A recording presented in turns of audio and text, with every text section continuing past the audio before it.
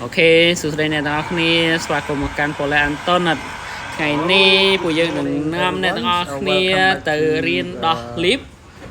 đời mình bạch pra opco nó cứ opco sầm rạp đó clip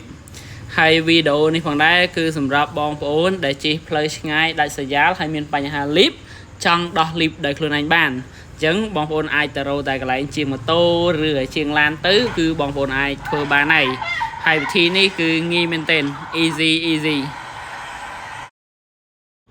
ให้ในក្នុងការដោះនេះដែរអ្នកទាំងអស់គ្នាត្រូវការឧបករណ៍មួយចំនួនគឺដូចជាអូតូម៉ាទិកដងតកម្មហើយនឹងសោមួយឬក៏ដែកមួយដែលសម្រាប់ខ្ទើសវាចេញហើយអ្នកទាំងអស់គ្នាអាចប្រើចង្វាក់កង់ឬក៏ចង្វាក់ម៉ូតូទៅដើម្បីសូកលក់នៅក្នុងកាសែតឥឡូវនេះយើងដាក់ចង្វាក់ចូលនឹងលីបបាទ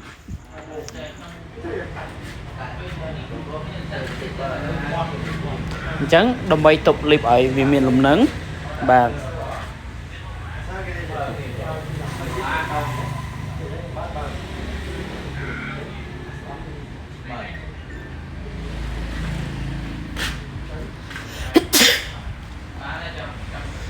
បន្តមកទៀតគឺយើងចាប់អូតូម៉ាទិកជាមួយនឹងចង្វាក់បាទ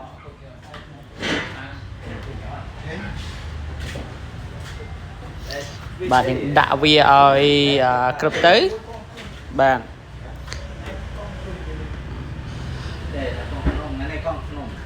បន្តមកទៀតគឺយើងសូកតកាប់ចូល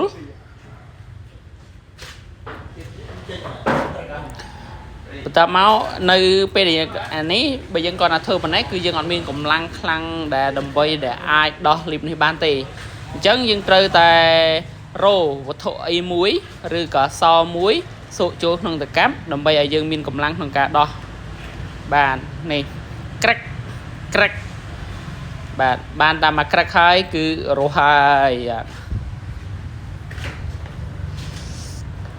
នេះបាទ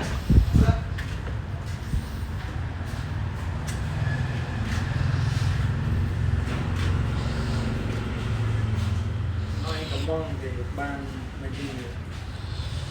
ខេឥឡូវនេះគឺយើងដោះបានហើយបាទអញ្ចឹងនេះគឺជាវិធីងាយដែលយើងដោះ